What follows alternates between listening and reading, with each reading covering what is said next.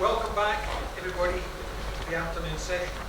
My name's Alan Kidd, and we've got a fascinating session ahead. Our first speaker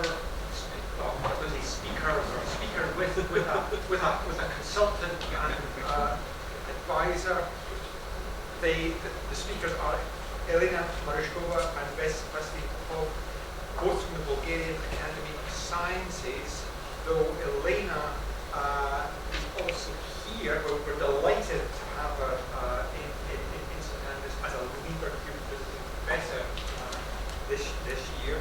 And she and Vesely are going to address the topic of Roma in Central and Eastern Europe between different models of state.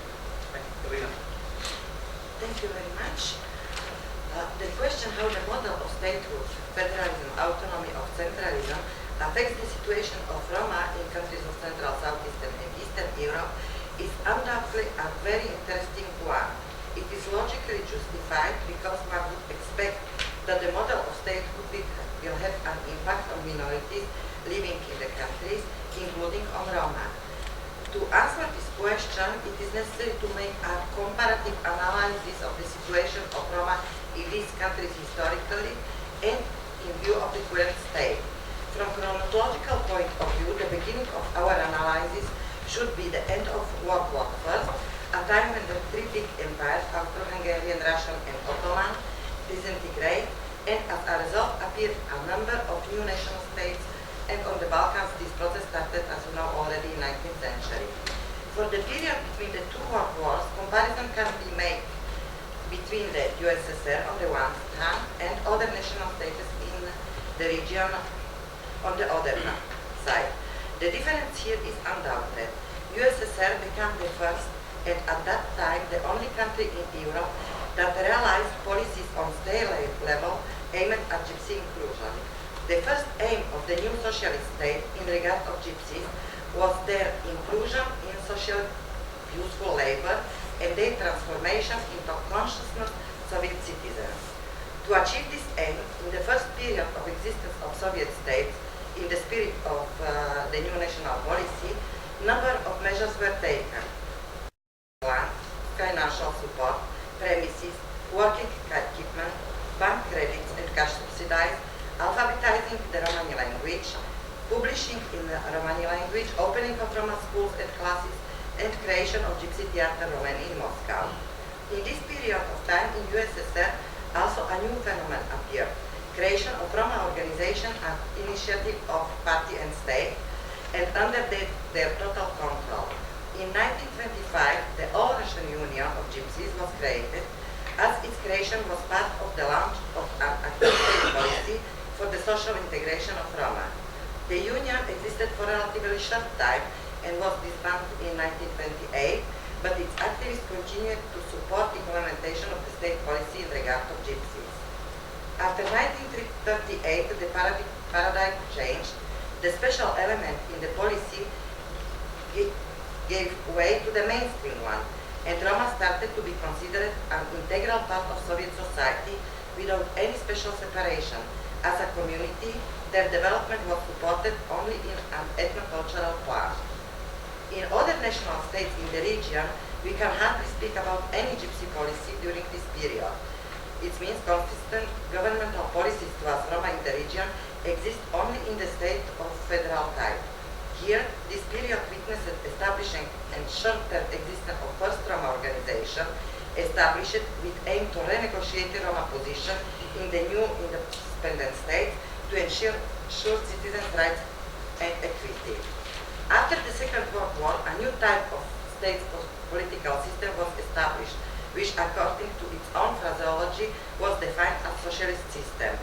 When the so-called socialist camp is mentioned, frequently the impression is that it refers to a monolithic totalitarian system directly under Moscow rule, where a common policy dominated in all spheres.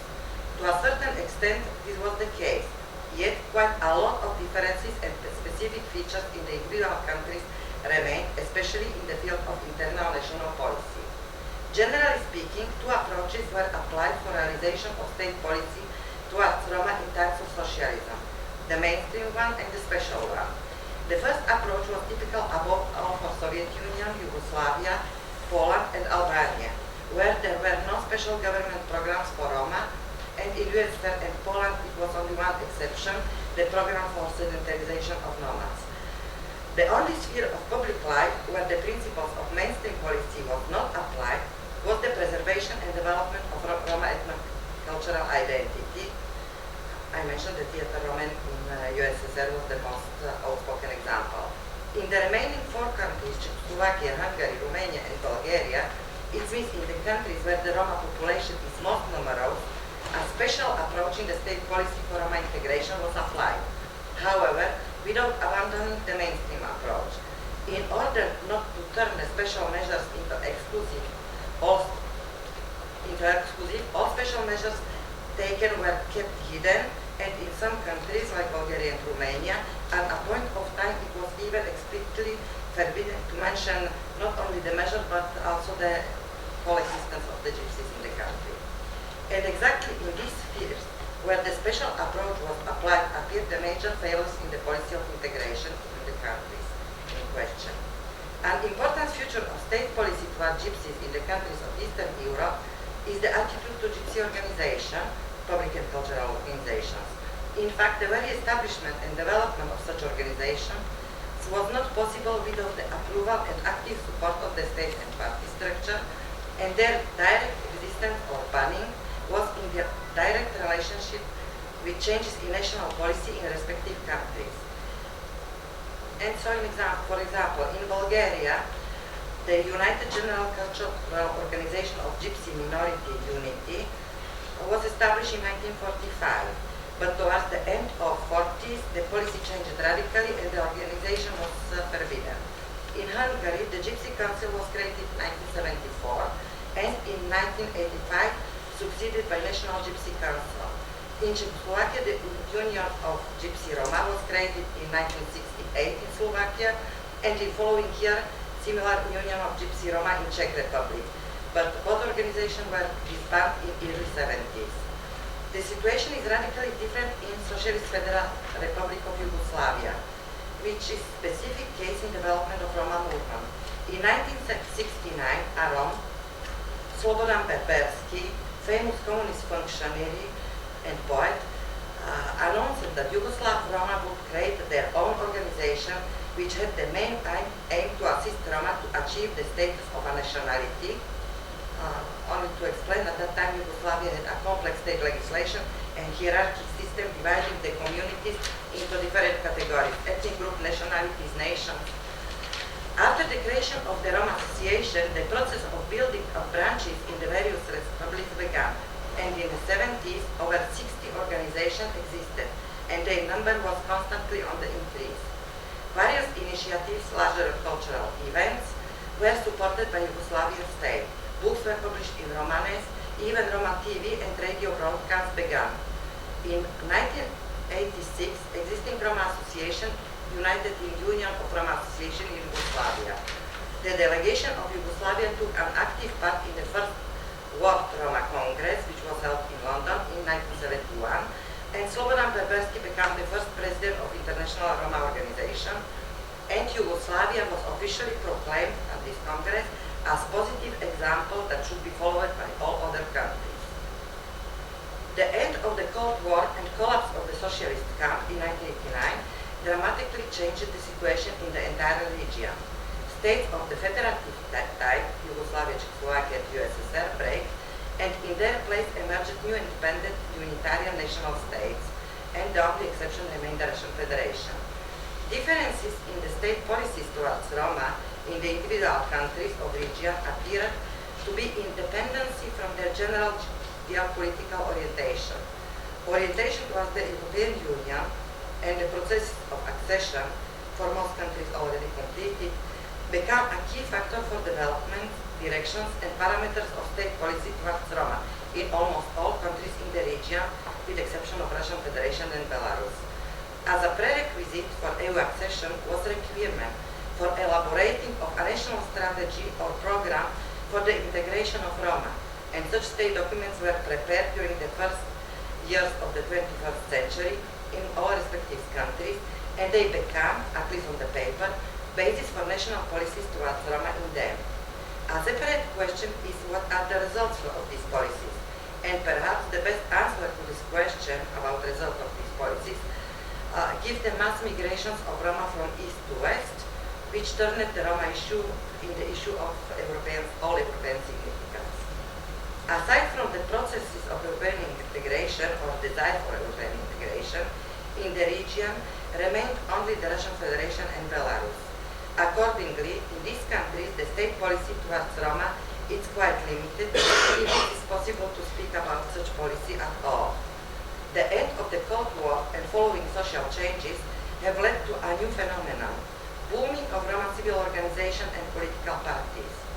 The golden time of Roma NGO sector was during the 90s of 20th century and first years of 21st century, when in the whole region emerged at least 2,000–3,000 bigger or smaller Roma organizations, and their number in the individual countries was directly dependent from the number of Roma living there.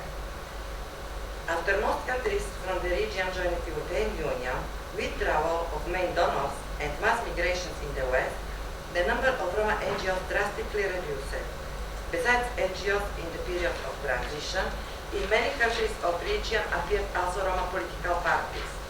Most of them still exist today, and their representatives through various forms, participating in election in coalition with mainstream national parties or as individual Roma parties, according to quota in some countries like Romania, entered high-level policy.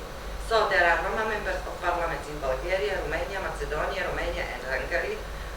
There are even members of European Parliament from Hungary and Romania. There are Roma ministers in Serbia and Macedonia, and many politicians on level of local authorities all over the region. Within the region also arise specific combination of forms of civic and political participation of Roma. In Hungary, as a result of the adoption in 1993 minorities law, in 1995 emerged National Gypsy Minority Self-Government, currently called National Roma Minority Self-Government, with its regional and local branches in the country. In Russian Federation in 1996 was adopted federal law of the cultural autonomy of the nationalities, and already in 1999 was created the Federal National Cultural Autonomy of Gypsies in the Russian Federation, and 1 year later it was also officially registered, also with regional and local branches in the country.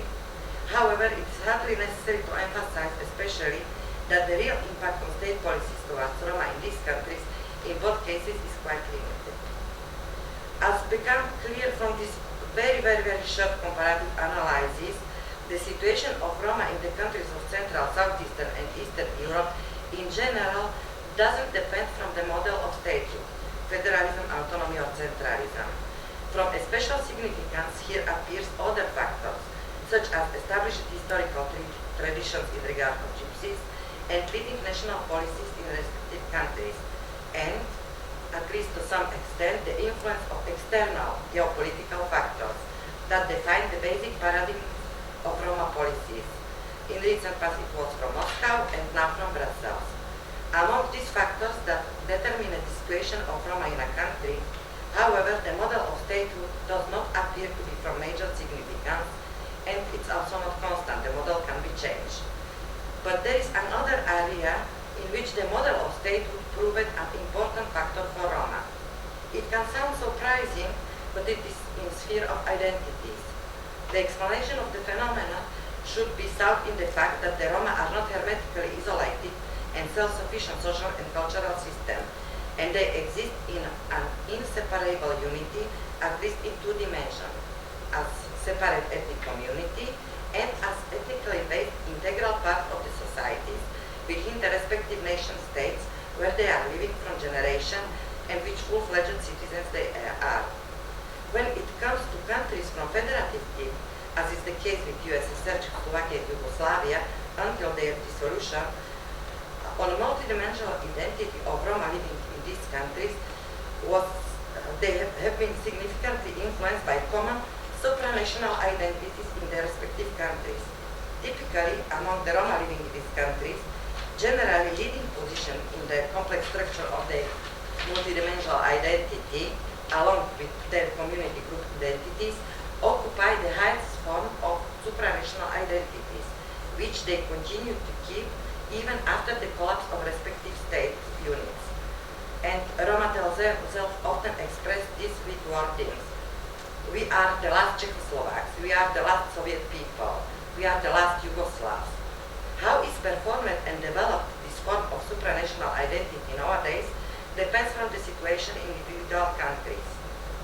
In Czechoslovakia, in theory, the concept of Czechoslovakism, which was leading during the First Republic from 1918 to 1938, has been officially abolished in 1945 through Košice government program, and the country was constituted and developed as federation.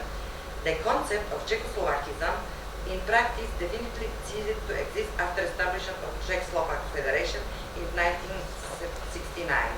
The ideology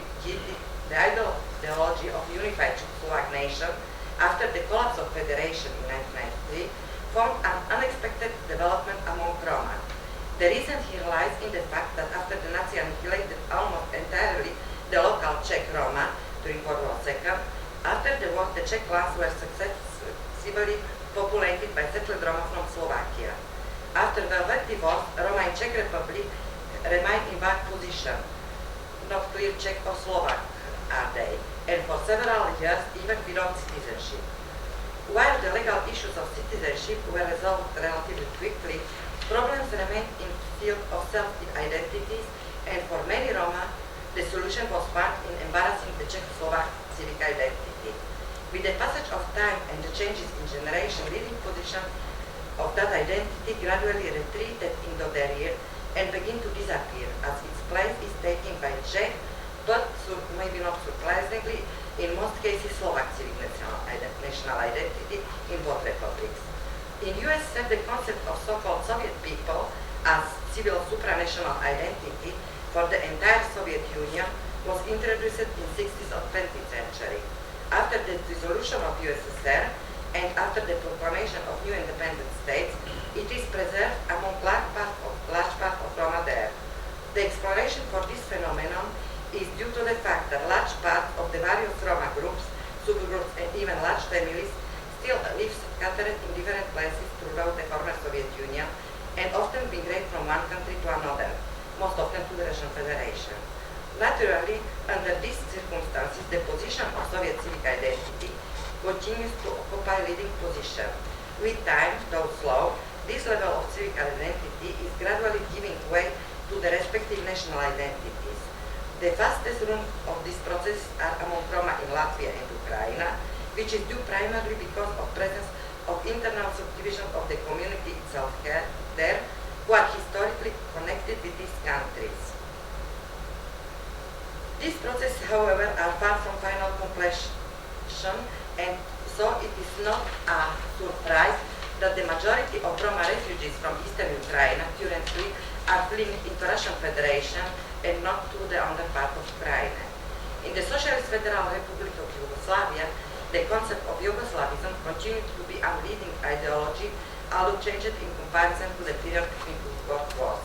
In any case, the prospect of creating a single Yugoslav nation in which the separate nations will merge remains unchanged, and even from 1961 it was allowed to use Yugoslav ethnic identification, and this union was already perceived as a fact that will be fulfilled definitely in foreseeable future. Ironically, Roma had received so desired status of nationality in Yugoslavia only in 1991, shortly before the collapse of the Federation, and very soon before there stood the question of what civic identity they should adopt in the new independent states. The problems were further exacerbated by the fact that in some of these new countries, Croatia and Slovenia, the majority of Roma living there were labor migrants, mainly from Kosovo and Macedonia from Tito's time. Other parts of the Roma at that time were labor migrants in Western Europe, mainly as gastarbeiters in Germany. Settled there as Yugoslav citizens, and during the last 2 decades their number increased adding refugees from the war in former Yugoslavia, fled mainly to Italy and Germany. In this complicated situation, overall concept of supranational Yugoslav civic identity naturally continues to occupy leading position in large parts of Roma from the former Yugoslavia, and especially those who live in condition of migration to Western Europe, where Yugo-nostalgia among them is very strong. It is not irrelevant for this Yugo-nostalgia that the situation of Roma in former Yugoslavia was considered the best in comparison with other countries. It is reasonable to expect that with the passage of time and generation change, the position of Yugoslav civic identity will gradually retreat to the background, which is gradually started in the newly independent former Yugoslavian state. But in Western Europe, the position of Yugoslavism among Roma migrants is still very strong. The last case in which we were convinced in that was about a year ago in Berlin, where at a meeting dedicated to Holocaust of Roma, in response to phrase that Yugoslavia no longer exists, all present Roma migrants from the former Yugoslavia exclaimed categorically, Yugoslavia has not ceased to exist. It lives in our hearts and will live forever. And finally, I know we have not time, but it is one very sympathical clip where current Roma migrants in Western Europe adopted our clip made for Olympic Games in Sarajevo and put the word of famous Roma singer Muharrem Serbezovski in it and sing that we come from Punjab in search of good land to live. We find the beautiful Yugoslavia. We are living here in brotherhood. We don't live in tent anymore. And their friend is Tito, Tito, you are our son. If after the discussion, before the discussion is time, it's 3 minutes clip in computer and we can see it. Thank you.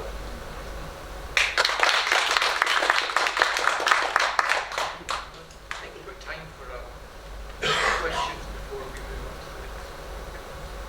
I actually have a question that I have been wondering about. Is it also the way that culturally Roma are portrayed? Because it was my surprise that the level of discrimination against the Roma in some of the other European countries. Because in Serbia, with all the negative countries, it still is there, right? In their country, the unemployed and refugees, which many are, unfortunately, because of the social situation, but not all, obviously. There's also a very positive cultural view of the Roma as the cheerful, fun, and there's a lot of the acceptance of the Roma culture in a very positive way, more than I've seen in other places. So does that contribute? I mean, also that, in our parliament there are guaranteed 3 places, and they never, unfortunately, manage to get more than 3 because they're not so active. But I, for example, voted for the Roma party a number of times because, I didn't like any of the other political parties, and so that I want to support the case for the Roma.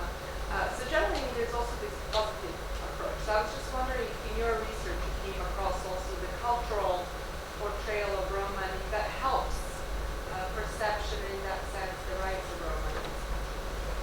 Unfortunately, we don't think that there is a positive cultural perception, because you have positive cultural perception of Roma in many places of the world. In many places of the world exists even romantic image of Roma, music, dancing, and so on.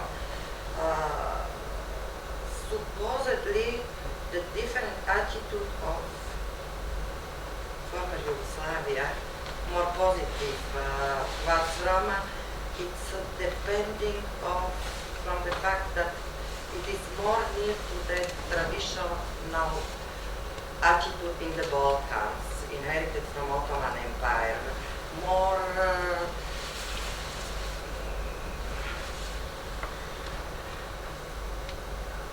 accepting the others, living side by side, not together but side by side. But unfortunately, this is a model which is possible to keep only in unproblematic period of times. The same was situation in Bulgaria, the same was also in other places, but after the processes, and especially in Bulgaria, after inclusion of Bulgaria in the European Union, and all economical and other processes which started, this is radically changed. And I'm very afraid that it is possible that this is the future of Serbia too, and other countries of Yugoslavia. Unfortunately, accession to the European Union made and all programs of the European Union in regard of Roma create much more problems as expected and destroyed old way of traditional relation and way of living together. Now the mass stereotype in all Eastern Europe, who are members of the European Union, that Roma are privileged minority, which is allowed to be criminal and privileged from the Brussels. And this reminds me to the previous presentation about Bosnia, because its situation is very similar. In past, it was possible if the tolerance was broken to complain to Moscow. In time of pre-accession, it was international community. At that time, Brussels will say that you are wrong, you should not discriminate. It was argument. It was something which made impact. Today, Brussels, what will say Brussels? Independent country member of the European Union. And Brussels is not saying nothing. So we are very afraid that if Serbia become member of European Union, the future of Roma in Serbia will be very sad. You had said that the governance system, in terms of whether it's federal, didn't have any clear impact on the rights of Roma. I'm wondering if you saw a correlation between strong local self-government and local resources and Roma inclusion, political representation, because you have a lot of centralized states in the region. Local self-government is quite often a problem in terms of resources and in terms of direct accountability mechanisms for citizens. I'm just wondering if you saw any relationship there. Unfortunately not. In a contemporary situation, it's clear that in cases also of local government, there are places where the majority of citizens are Roma, of course also the local government is from Roma. But in case of any problems, all other ethnic communities unite against Roma. And it's happened at several local elections in Bulgaria, in Romania, in Slovakia. And in these countries which we are speaking about, the local government is not never enough strong in order to influence the central government. It's absolutely independently of federal, unitarian or any other kind. They all are depending from central budget and everything is ruling from the center. Also in federal countries like Soviet Union in the past, everything was dominated by Moscow, coordinated. We might have time for one quick question. I had a short question because you mentioned that Roma became recognized as a nationality in Yugoslavia in 91. It's not almost, I presume. How did it happen? And is there any continuity of it in any successful state whatsoever? I think this was on the wave of change.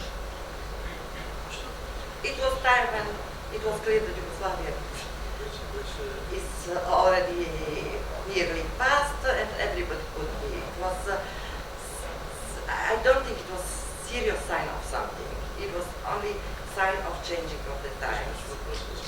This was a question of saving Yugoslavia. And it was needed to have as many supporters of Yugoslavia as possible. So each minority was counted. Also in Kosovo crisis, Milosevic used it in negotiation, also Roma, and not only Roma, also Egyptians in Ramboye. So it was not because of attempts to integrate Roma or to respond their request. It was in line of the time. We shall now move on to something rather different. It's an absolute delight to have Michael Talbot back in St Andrews. He was here as a temporary lecturer and has subsequently moved on to the University of Paris, Sorbonne, but will be returning to the UK in the autumn to the University of Greenwich. And in the meantime, he's going to deliver a paper today on the idea of the millet system in the late Ottoman Empire and the Republic of England. I'm going to stand up, I hope people don't mind, kind of puppet show, make wild gestures, and I'm going to whack that. So this is kind of a massive whiz through 100 and something years of history, but I'm going to try and be as brief as possible. And I know that the Ottoman Empire and the Turkish Republic seem a million miles away from the ultimate aim of Tomek's conference and thinking about Britain and Scotland, but the questions of how to keep a nation together, what constitutes the nation, are ones that profoundly dominate the late Ottoman state and the early Turkish Republic. So after giving a bit of background, we're going to think in two sets really. First of all about this Ottoman past and how this then informs the Turkish future and present indeed, before trying to make some tentative conclusions as to how we might make sense of this complex idea of the millet. Just to briefly give you a sense about the debates, I mean, obviously there's only so much one can do in a 20-minute paper, but the debates in historiography are currently largely dominated by this idea of continuity and change between empire and republic. There was this sense for many decades that the republic marked a profound break with the Ottoman past. We're finally looking below the surface and tracing the significant continuities, largely through the work of such historians and anthropologists as Michael Mika and Şener Aktürk, whose work I'll be using quite a lot today. In addition, the term millet itself is one that is massively contested at the moment in terms of whether it's some kind of state-sanctioned religious structure or whether it's actually a more kind of informal, pragmatic, corporate structure that allows non-Muslims to be better integrated with this Muslim state. But the thing I really want to talk about today is what are the parameters that help us to understand what this word means in both the Ottoman and the Turkish context. Now the word itself is a very old one indeed. We find it mentioned in several verses of the Quran, where it's always, or almost always, relative to the religious practices of Ibrahim. So it has this kind of early sense of a religious practice, a religious path. But under the Ottoman state, from the end of the 15th century, but really mainly in the 16th and 17th century, it becomes a more structured system that regulates the relationship between the Ottoman state and its significant non-Muslim minorities, specifically, or largely the Greeks, the Armenians, and the Jews. And it grants them significant rights, not just in the classical, inverted commas, Islamic sense of religious freedoms, but more lucratively, I suppose one could say, in the ability to collect taxes, to maintain legal structures separate from the state, and to have a pretty distinct religious identity beyond the bounds of religious practice. This gives, in many senses, the non-Muslims greater rights and flexibility in terms of things such as commercial practices than Muslims have. But that's, again, something that's rather contested at the moment. So that's the early modern period. Things begin to change quite significantly in the 19th century. The Ottoman state, from the late 18th century, is faced by this new onslaught of national identities, which is, of course, massively problematic for an empire that is multi-ethnic, multi-linguistic, and multi-confessional. Beginning, of course, with the Greeks and then the Serbs, the Ottoman state begins to see its oldest and most lucrative provinces crumbling away. And so the dominating question for the 19th century is, how do we keep this state together? And many of the Ottoman elites from the 1830s onwards begin to think to themselves that what we need is a more homogeneous identity that eradicates the differences between religious groups that exacerbate nationalist tendencies. This proves to be rather unfounded, as I will talk about afterwards. So we begin to move on from this idea that Ottoman imperial rule is something that should be pluralistic to something that should be much more centralised and much more uniform. And this really begins with the reforms collectively known as the Tanzimat, or reorganisation reforms.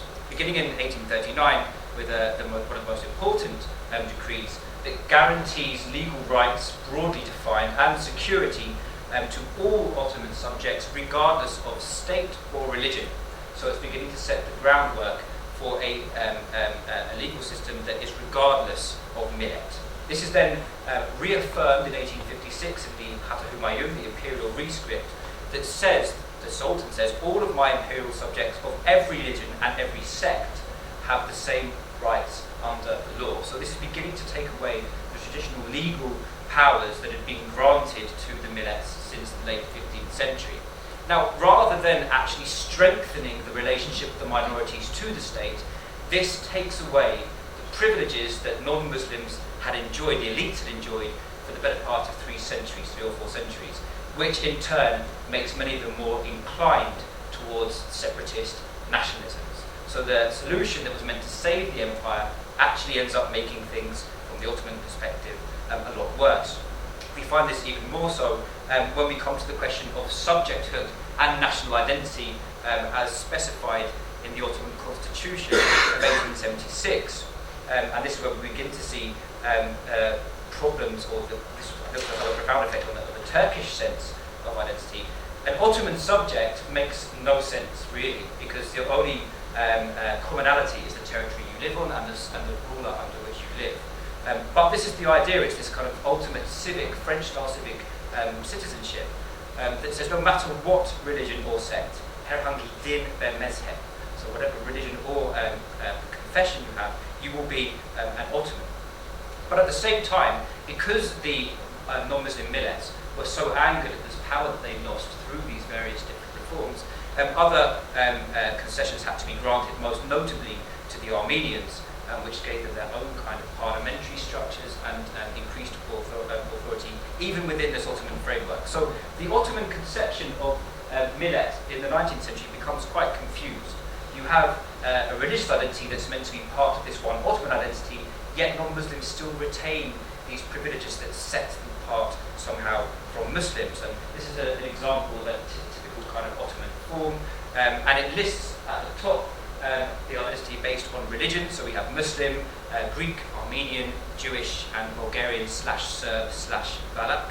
And then underneath you have the various different international nationalities, and Ottoman is the one right at the top. So Ottoman becomes a distinct category, a distinct national identity, which is made up of these different groups above.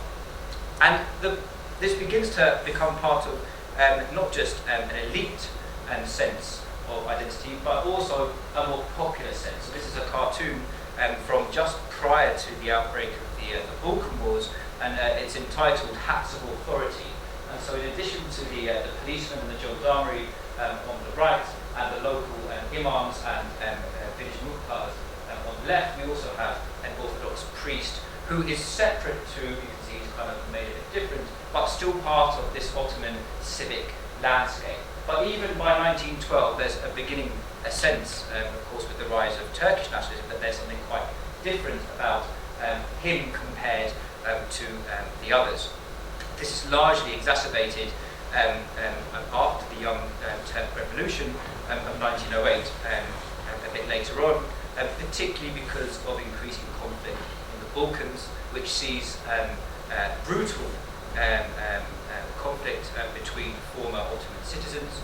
We also have, of course, the disasters of ethnic cleansing of Muslims in the Balkans, in the Caucasus, in Crete, and in North Africa, that sees a huge amount of pressure being put on the main Ottoman state, and they, of course, bring with them a particular attitude towards non-Muslims, and this increases the radicalization of the Young Turks after the Balkan Wars of 1912 and 1913. But of course, what really ends Ottomanism, what ends this idea that everyone can live happily together, is the First World War. The First World War being an absolute disaster for the people of the former Ottoman realms. Of course, we have the Armenian genocide, which we're commemorating this year, that sees 1.5 million people who were largely loyal Ottoman subjects wiped out because of their religion and language. We have the Arab revolt that sees formerly loyal Arab Muslim subjects reject Ottoman hegemony. And then, of course, we have towards the end the Turkish War of Independence, the war with the Greeks, and the population exchange that sees so many people displaced. This is the atmosphere that the Republic of Turkey inherits in Anatolia. Years and years of attempts to ingratiate everyone together under one abstract identity that ultimately fails disastrously. And this is something that really informs the Turkish sense of what millet means and what the role of minorities are. Before I get on to Turkey, I just want to show very briefly that after the First World War, not everyone goes the Turkish way.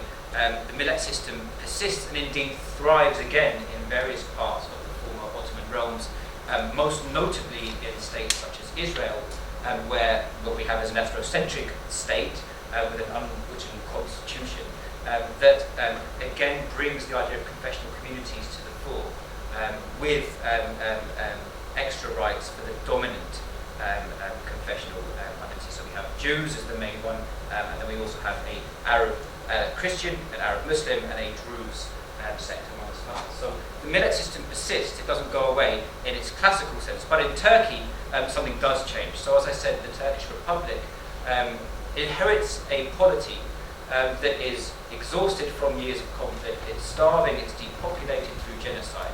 It still has the framework of a strong state from its Ottoman legacy, but it also has a different relationship with its minorities. The Treaty of Lausanne of 1924 that finally ends the war for the Turks has in it specific provisions that Jews, Armenian Christians and Greek Christians are to be treated differently. So this immediately sets out in Turkish minds that these people are not part in the same way of this new republic as are everyone else. In addition to that, we have the nationalism and militarism of the war years, the fact that most of the non-Muslim population, which had been in its millions before the war, are now only in its thousands, and those continue to be cleansed. For example, the Jews in 1934 in Thrace, and the Greeks in Istanbul in 1955. So we have an ever-increasing sense that, ever-decreasing population of non-Muslims. But within all this, we also have this strong sense of national identity that was inherited in the last years of Young Turk rule, and then again through the conflict with the Greeks in the national struggle that increases a sense of Turkishness, even though most of the national leaders are from the former Balkan provinces, including Ataturk, who is not from Anatolia but from Thessaloniki. So all of this adds together to try and think about what is this new nation. And the nation, this millet, moves from being the late Ottoman kind of definition of a religious identity to being a all-consuming national one. So we move from having millet being something that's about religion to something that's being about the nation. And this is evident in the first constitution of the Turkish Republic, that says that sovereignty belongs unconditionally to the nation. Millet. One millet, not multiple millets. And this is indeed still an important part of the current constitution of the Turkish Republic. And indeed, in the Turkish parliament, the Türkiye Büyük Millet Meclisi, so the national parliament, again using millet, this is what is inscribed behind the speaker. So this is the fundamental statement of the Turkish Republic. The millet is sovereign. But we need to think about what comprises this millet. And this is something that creates so many problems for the Turkish Republic. In the earlier constitutions, the 1924 one, for example, it says the name Turk as a political term shall be understood to include all citizens of the Turkish Republic without distinction of or reference to race or religion. So that's a pretty Ottoman statement there. We can see there that the remnants of late Ottomanism. In 1982, which was very recently amended by referendum, it says everyone bound to this Turkish state through the bond of citizenship is a Turk, which says basically the same thing but in quite a different way. It's much more of this kind of territorial sense of who is a Turk, and a much more simplistic way of thinking who is a Turk.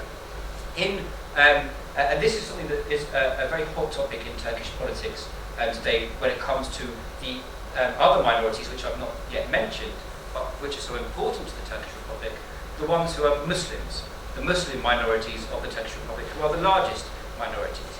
When the then Prime Minister of Turkey made a very important speech in New Zealand in 2005, he was responding to a question about the question of the Kurds, which of course has been so important in the recent history of the Republic. And he says, in our country, the ethnic groups are bound to one another by an important bond of religion, because 99% of Turkey is Muslim. Now in this statement, the millet goes back to a religious identity, but to a specifically Muslim one. And this is something that, in terms of continuity, is quite important. Did this millet ever not mean religion? Did it ever go away from being a religious label? Clearly not, because the millet persists, but only with regard to Muslims. And indeed, in the early years of the Turkish state, prior to the Caliphate abolition, Islam was set at the state as the state religion. It was only later on that Ataturk did away with it, but that did not mean that the Islamic identity didn't persist. And indeed, in the current constitution, although religion is not present, it is certainly implicit there that the Turkish Republic, even though it's nationalist, democratic and secular, because it is 99% Muslim and because these non-Muslims have protection elsewhere, is profoundly an Islamic identity. So although we've kind of looked at, or historians have looked at, the Turkish millet beyond religious identity in terms of civic nationalism, territorial nationalism, particularly Turkish racial identity, the importance of the Turkish language, it's the shared bonds of Islam that current political thought in Turkey emphasises as not only promoting a continuity with the Ottoman past, but as promoting unity within what is fundamentally an ununified republic. When we think about these people that the constitution forces a Turkish label upon, we are talking about millions of people who fundamentally would reject such a category based on either language or ethnicity, not least the 14 or so million Kurds and Zazas, Albanians, Arabs, Azeris, Bulgarians, Circassians, Tartars, the Georgian peoples, Iranians, Lars, and the 700,000 or perhaps even 1 million Roma living in the Turkish Republic. These are the minorities. So even though lots of the literature has focused on the relatively small number now of Armenians, Greeks and Jews, these are the ones who lose out through this millet, this Islamic millet, forcing a Turkish identity on everyone. So all of these different groups are subsumed via Islam as Turks. So just to kind of wrap this whirlwind up, if the Ottoman millet system was aimed at granting certain degrees of autonomy and legal powers to non-Muslims in order to preserve the empire, and then moved on to trying to grant equality, the Turkish Republic has taken strands from both of those historical trends into something rather different. Although in the early Republic of Turkey, Islam was still very important in terms of state definition, the secular laicite of Ataturk necessarily pushes it into the background. However, through the Treaty of Lausanne, non-Muslim minorities retain certain rights, and the fact that secularism is an official state policy does not stop Islam being used as a defining factor for all Turks, whether they identify themselves as Turks or not. So the Ottoman Empire distinguishes between Muslims and non-Muslims, but not between Muslims, and this is precisely what remains in the Turkish Republic, so there's a huge amount of continuity there. We have huge amounts of ethnic and linguistic minorities in the Ottoman Empire, as we do in the Turkish Republic. And in many senses, it's far more problematic to think of them as Turks than it is to think of them as Muslims, whereas many of them would perhaps have Islamic identity. The Turkish one is far more problematic for them. And thinking about where the future's going, certainly under the current regime in Turkey, Kurdish rights have never been better in terms of the use of their language, the expressions of their culture. However, most of the other Muslim minorities are still, to varying and often large degrees, oppressed because of their differences from the Turkish ideal in terms of language, and ethnicity, be it particularly the Arabs, the Lars and the Zaza, and of course the Alevi, the huge Shia minority in the Republic. So we are seeing things improving in Turkey, but until Turks come to terms with the continuities with their Ottoman past and how this identity is developed, there's no way that these other groups are going to get the same freedoms that they desperately hope that they will do. Thank you very much for paying attention.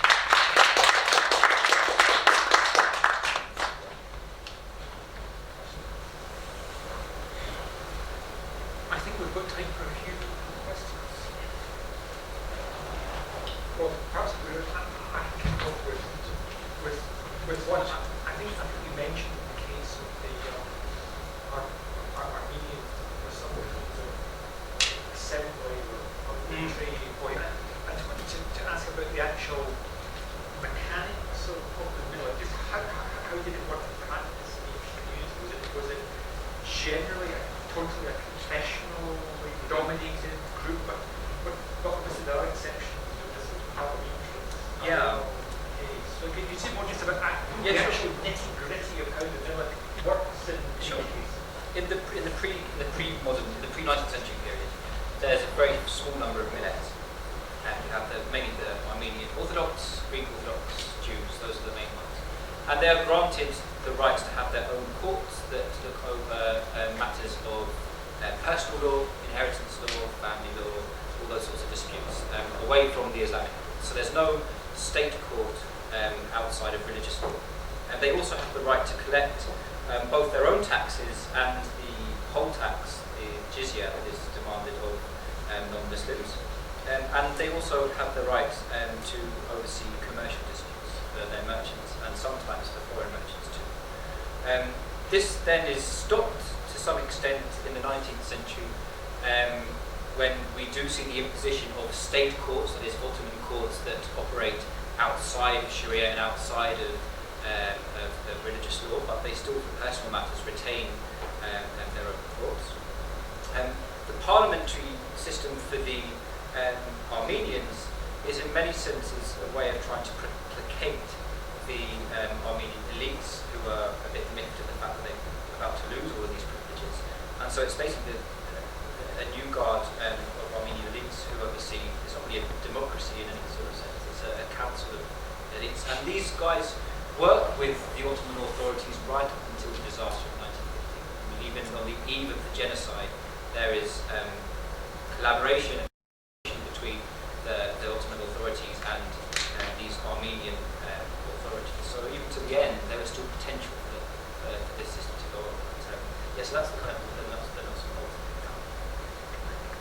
Yeah, I think this explanation of this actual continuity and adoption of one of the millets for creating the Turkish nation when the Republic was established.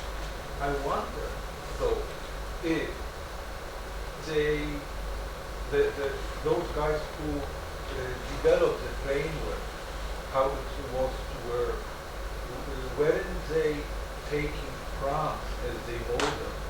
Because France obviously didn't have a millet, but let's say, however France was organized after the French Revolution, it kind of happens to be similar to today's Turkey, with this one millet-like nation with no minorities whatsoever, because France runs also on this belief that there is one nation. In a way it was Catholic, that there was this laicite, like in Atatürk's Turkey, and then nowadays everyone who is citizen is a Frenchman, therefore there cannot be any minorities. And obviously the sources of these two traditions are pretty different, but they seem to be producing the same effect. And obviously the Turkish model was developed later, and there were a lot of people in the Turkish elite educated through French or in France.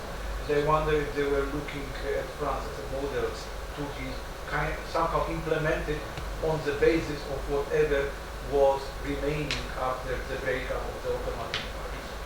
Yeah, I mean, this is this was the kind of the more traditional historiographical approach that the late Ottomans and the early Turkish Republic just to basically take this French licensing model and put it into the Turkish context. When we actually look at how the Turkish constitution, for example, develops, they're actually looking more towards the Swiss, the Belgians. That's the kind of models that they're interested in. So although maybe they have got this centralised from the French system, it's something that develops quite gradually. It's nothing that they just impose it upon. It becomes like, it doesn't start off that way. And in terms of the kind of state that they want originally, it's very much the Swiss constitution is the one that they borrow from. And the Japanese constitution, didn't they use the Japanese model? To some extent, yeah. I mean, they used a whole load of models, but the Swiss was the I'm curious how has anybody attempted legally in the European Court of Human Rights to deal with this from a European Convention of Human Rights, minority rights perspective, harking back to the way rights had previously been protected under the ancient regime. I haven't followed whether there have been cases that have been adjudicated but not honored. But I'm just curious if you know of any cases. Not that I know of. I mean, the international community was pretty bad at the very beginning. I mean, before the Ottoman Empire collapsed, in the last few decades, different European states and later on the Americans had managed to get rights to protect certain non-Muslim minorities. So that's all they cared about when the treaties were signed. So once they got the non-Muslims signed up as protected in Lausanne, what happened after that they didn't care. Right. And I still think that although the Kurds certainly have tried to highlight their case, and the Lars as well and other Georgian peoples have tried to highlight their cases, there seems to be very little incentive. I mean, it's not something that I'm an absolute expert on in terms of the more modern stuff, but yeah, I'm fairly sure that there have been cases in that respect. I want to ask really a question about history, but particularly in the later 19th century in Europe, what you could call the modern nationalism was a theory which was essentially ethnic-based. I mean, people like Roman Demosthenes, Poland, people were saying, if we're going to have an independence, whatever it ought to be ethnically homogenous. Minorities is a misfortune. This is the modern Islamic way of thinking. And that your whole ought to be Slav, Catholic, the real Pole. What is absolutely not proposed is reviving the old Polish-Lithuanian Commonwealth with its enormous mixture of ethnicities, religions, and beliefs, and franchises. What you might call villains, really. And I wondered if that movement, which became so strong, particularly in Eastern and Central Europe, as the 19th century progressed, replacing the old kind of nationalism of centralism, was that influence the way that Ottoman thinking about the various minorities began to develop, or is it all kind of endogenous or so on? Yeah, I mean, again, this is a massive part of the historiographical debate. How much of this is an external force and how much of this is coming from within? But if we look at the figures of the late Ottoman Empire, like the elites, they're still pretty mixed, right up until the end. I mean, there's a very famous case of the Ottoman ambassador to Athens, who is a Ottoman subject, but he's a Greek Orthodox. He goes to Athens and he hates it. He is an Ottoman to himself. He is an Ottoman through and through.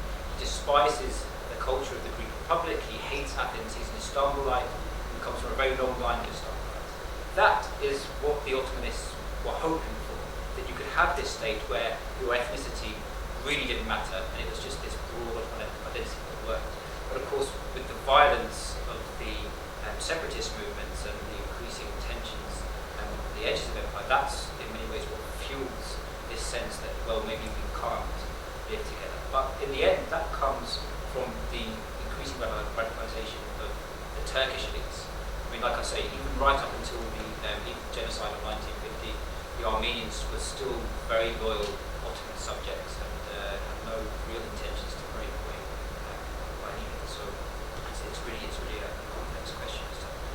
which nationalist.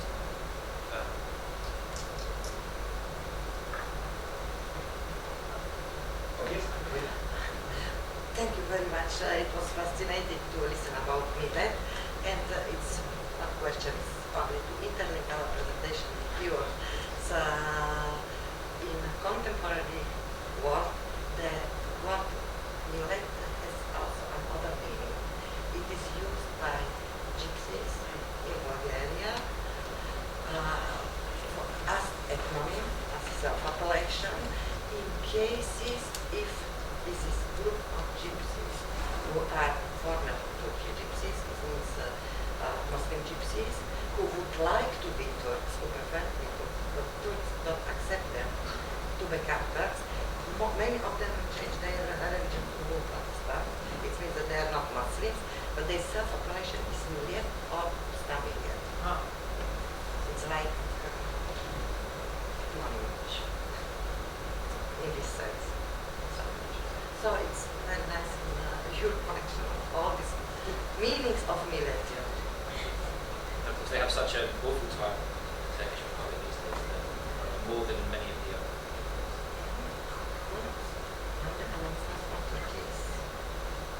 And they will be refreshing. Well, we'll see about that. Thank you. Elena, you win the prize for spotting the public. I didn't think one was it. Anyway, thank you so much, Elena, Besley, and Michael.